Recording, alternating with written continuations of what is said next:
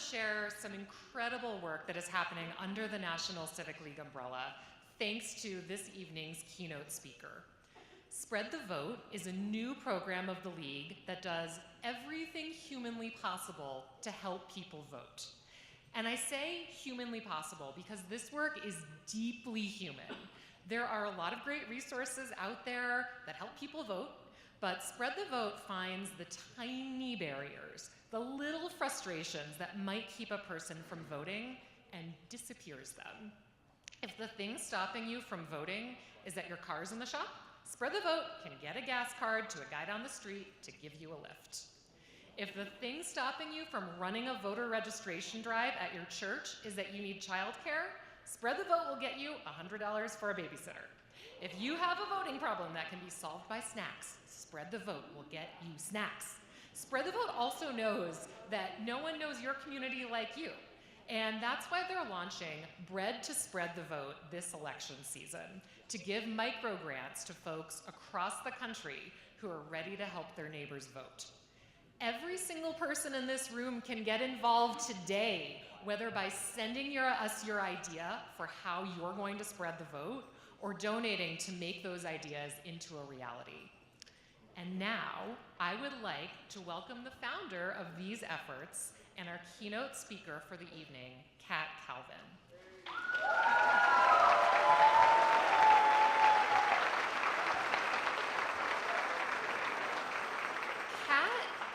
Kat Calvin identifies structural failures in systems and policy and builds solutions that work in practice. She is the founder of Spread the Vote and Project ID, and the co-founder of the Project ID Action Fund, organizations that have helped more than 15,000 people secure the identification required for jobs, housing, and civic participation. Through programs like Vote in Mail by Jail, her work has driven some of the highest voter engagement rates in the country among historically excluded populations. Earlier this year, Spread the Vote's programs and talented staff joined the National Civic League, marking a rare structural transition in the nonprofit sector. Kat now serves as a senior advisor to the League, where she focuses on advancing national strategies for civic infrastructure and participation. I'm not even done with her introduction yet, you guys. Kat is the author of American Identity in Crisis. Did you buy it? You can buy it out there. Which examines the and she'll sign it for you, which examines the systemic barriers faced by the 26 million Americans living without identification and outlines pathways to solving the crisis. Her work has been recognized by Time's 16 people and groups fighting for a more equal America, and Fast Company's 100 most creative people in business, and featured in outlets including the New York Times, the Washington Post, the Atlantic, NPR, and PBS. She makes her own clothes, and they are fire. Please welcome to the stage, Kat Calvin.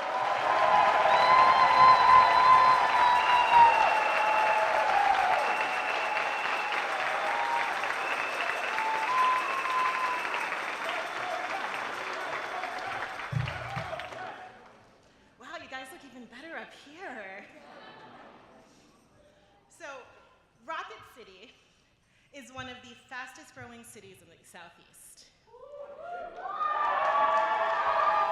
I'm not done yet, but the people of Huntsville, Alabama knew that fast growth can be detrimental to the people who have always called a town home. So they dedicated years to ensuring that every single member of their community felt heard, seen, and included in the plan for the city's future. In the beautiful Blue Ridge Mountains, Star City chose to address their growing homelessness problem with kindness, humanity, empathy, and in a move extremely close to my heart, IDs. They found the root of the problem and they chose outreach and relationships, even if that work was a little harder and took a lot more time. Modeling the Chelsea way, the police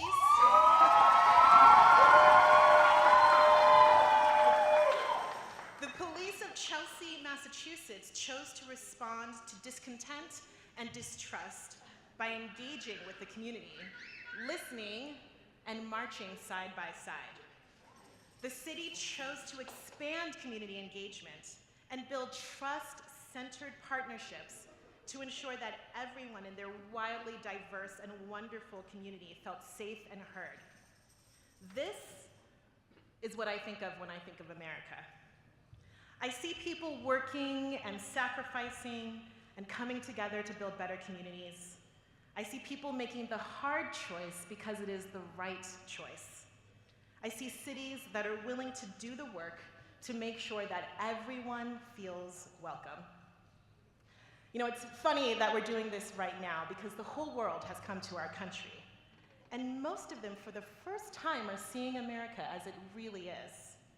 They're seeing the communities of kind and generous, open and welcoming people who build incredible stadiums for high school sports and have block parties for their nation's birthday. They're seeing a different America than their media shows them.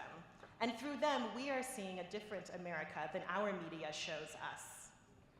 And we're remembering just in time that actually, we're pretty great.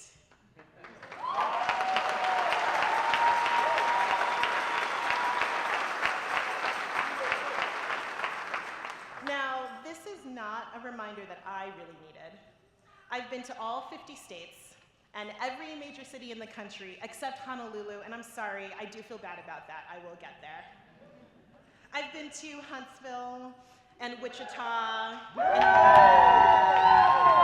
and Bowling Green and Montgomery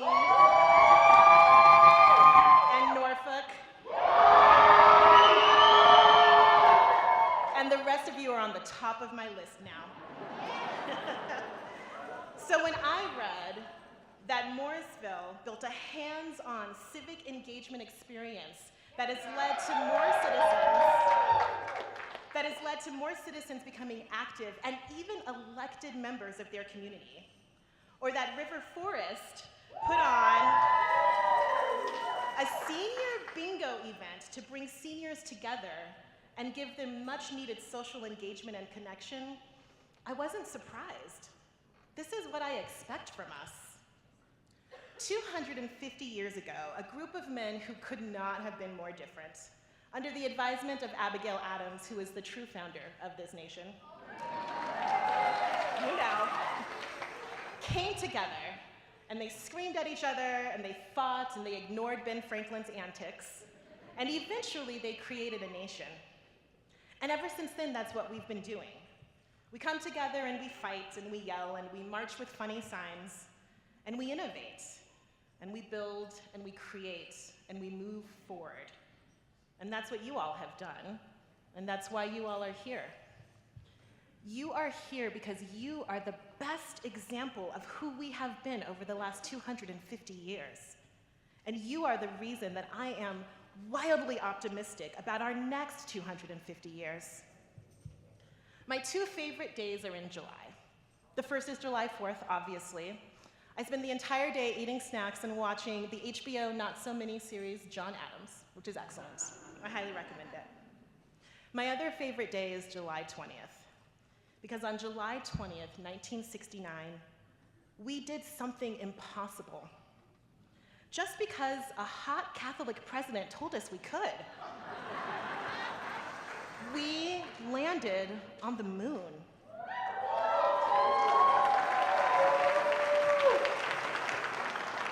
And every day I remember that if we did that, we can do anything.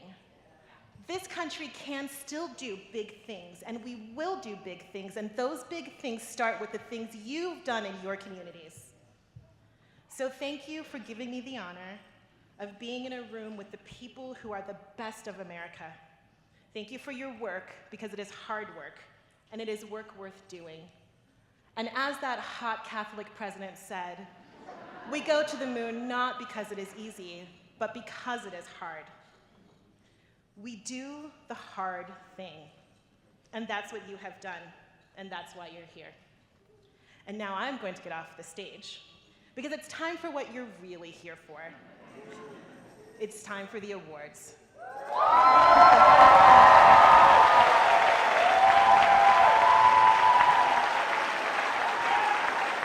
So good luck, congratulations, And thank you for being the best that this country has to offer.